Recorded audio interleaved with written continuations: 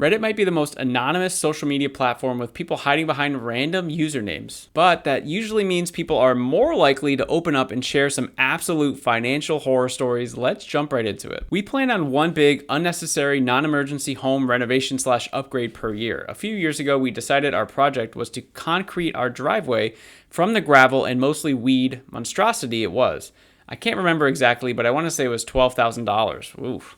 Literally the week after it was finished and paid, our roof started leaking and had to be completely replaced. Spooky timing for sure. I have no idea how much these people make, but planning one big unnecessary home renovation each year, especially if it's always in the ballpark of that $12,000 price, I just feel like there's more worthwhile things to do with our money. Again, I don't know these people's situations, but this is a reaction video, so this is my initial thoughts here. And maybe these people have enough money to pay for it in cash. It seems like based on the post, they did the thing and then they paid for it. But I can see some people doing this same process, doing big projects every year, but then going into debt for it. So you do the driveway, then you do the roof, and you do all this other stuff, and you have all these pending payments, right? But I guess how much better would they have felt if they just had that $12,000 sitting there to fix the roof for when it happens? So sometimes being proactive is good, sometimes it's bad. You kind of have to judge it. It's kind of hard to tell. I don't know. What do you guys think about this one? When I was an undergrad, I was so broke and hungry, I went to the financial aid office and asked if there was anything else I might possibly be eligible for. They told me no, there wasn't. Oh, and they'd also made a mistake earlier, so now I had to repay them $500. Oh my God. Honestly, I don't know if I want to laugh or cry with this one. This person was so desperate for help, and it's so sad to hear and see. But then the financial aid was like, oh, hey, while you're here, you owe us an extra $500. Talk about getting kicked when you're down. I mean, that is nuts. I feel sorry for this person. And if you want to avoid this from happening to you, I would recommend subscribing to the channel. It is mathematically proven. Adopted a rescue dog during the pandemic. His first vet visit, the vet informed me that he would need at least 3 surgeries fairly soon to remove his rotting teeth, a possible tumor on his back, and stones in his bladder. Oh my God. He had various other maladies and also needed to be put on a special diet. I love my dog so much and I wouldn't trade him for the entire world, but that imminent sense of doom facing down $12,000 in vet bills was a lot. Oh, these are just the saddest stories. What's going on in this thread right now? Imagine the roller coaster of emotions, right? You're so excited to get a brand new dog, a rescue nonetheless. Then you're told that basically in order to keep the dog alive, you have to spend $12,000. What would you guys do in that situation? This is the definition of a financial horror story. Went to Bath and Body Works and they were doing some kind of 3 for the price of 1 sale or something like that. Okay. I accidentally picked out 3 lotions that didn't count for the sale and were ridiculously overpriced. When the associate rang them up, I could see that they were ringing up at a full price, but I assumed it would be taking the discount at the end. By the time she told me the price, I realized that I had made a mistake.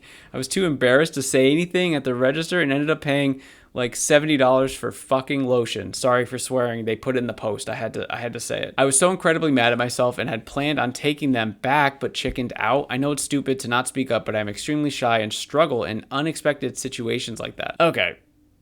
I don't know what's happening here. This is not a financial horror story. This doesn't seem too bad. But I really just hope that this person has the confidence to stand up for themselves and their money the next time something like this could happen. When you get to the register, you can and probably should question the price of something. This is your money we're talking about. No one's forcing you to hand it over. This is capitalism, right? Each side does an exchange and they say thank you. One side has money, one side has lotion. Luckily, this was just a $70 mistake and nothing more serious, but come on, let's go. You got this next time. Also, who needs that much lotion? Moved into newly purchased house. Note, this house was built in the 70s, but had few things noted on inspection. We're told about and noticed that water is slow to drain. About a weekend, we run 2 loads of laundry back to back, as you do when there's 2 parents and an active preschooler in the house. Oh, I know all about that. It feels like laundry every 6 minutes happening in my house with the 2 kids. Suddenly, things start gurgling in all the drains, the toilet's bubbling. Oh my God. WTF is going on? We call an emergency plumber to come out and snake our line at 11 p.m. He believes it's a clog, but his equipment breaks while trying to clear it. Oh my God.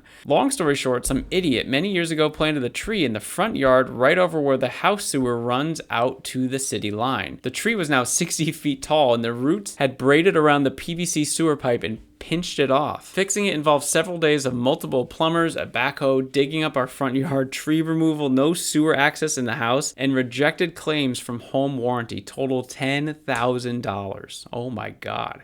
it was horrifying for more than financial reasons. Next purchase, I'm getting a dedicated plumbing inspection, especially if there's big trees in the yard. Also a pool inspection, but that's been a separate issue. Whoa, now there's a pool issue? MD trash heap, we need to know about this pool issue. You got to follow up on this here. But man, that's tough. That is super bad timing on that you were the people to live in that house when that happened. I mean, if it happens with the previous owner, obviously you don't have to shell out the $10,000. So you're there only a week. So imagine if this happened 3 weeks prior to that or something. It's the seller's responsibility. That is nuts. But to be fair, I don't think a lot of people are thinking if a tree root is going to be disrupting the pipes going in and out of your house. Also, shout out to the emergency plumber who came out at 11 p.m. I know it's their job and anything, but are any of you guys doing late night on-call work? Those are the real heroes. Like, I'm sleeping at 11 p.m. You know what I mean? Oof. I made a series of bad decisions that compounded each other and resulted in the absolute worst situation. Dated a shitty guy when I was 20. He totaled my car one night.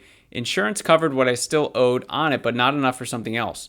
Shitty guy, we're getting a theme here, managed to convince me to buy a brand new car for $22,000 with financing. A year later, I decided to go to college after having put it off. Got accepted to a school in a city versus the cheap rural area where I was from. Shitty guy wanted to move with me. I said yes. Shitty guy had a drinking problem that escalated in the city. Shitty guy also never got a job. Shitty guy, okay, we get it, but it's the post. I have to read it. I'm sorry. Shitty guy had also convinced me to put the apartment and all utilities in my name. I was a full-time freshman and was taking on the car payment, insurance, rent, and utilities by myself. Finally wised up and broke up with shitty guy and kicked him out, but I still owed about $20,000 on the car, racked up $9,000 in credit card debt, and owed about $3,000 in back utility costs. Jesus. The car got repossessed, which was so terrifying at the time because the repo guys were scary and harassed me in my apartment. I refused to open the door to them and they couldn't find the car because it wasn't parked nearby. So they were banging on my doors and then windows. First of all, hopefully you guys aren't playing a drinking game. Every time I said shitty, that you took a shot because you'd be screwed. You'd be screwed. A lot of swearing in here. She's not very happy with shitty guy. Don't drink in Reddit. Am I right? The guy here sounds kind of like a mooch, a loafer, someone who does not want to be in control of his life. He wants other people to just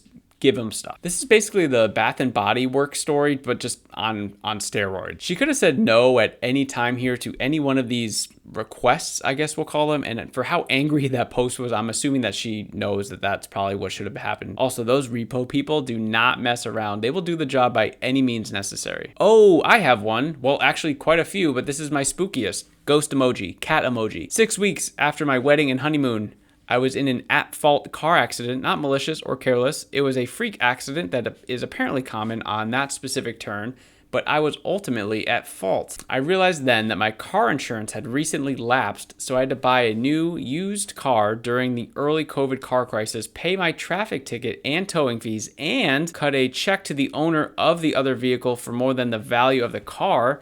Fortunately, it was a 20-year-old car and he was really empathetic about the situation. And this all happened while I was in grad school. Ugh. It was a nearly $20,000 mistake that wiped out most of my entire life savings. And I was freaking out because I thought I was going to prison for driving without insurance. I am able to laugh about that part now. It still kills me to think that I could be $20,000 closer to a down payment on a house, but such is life.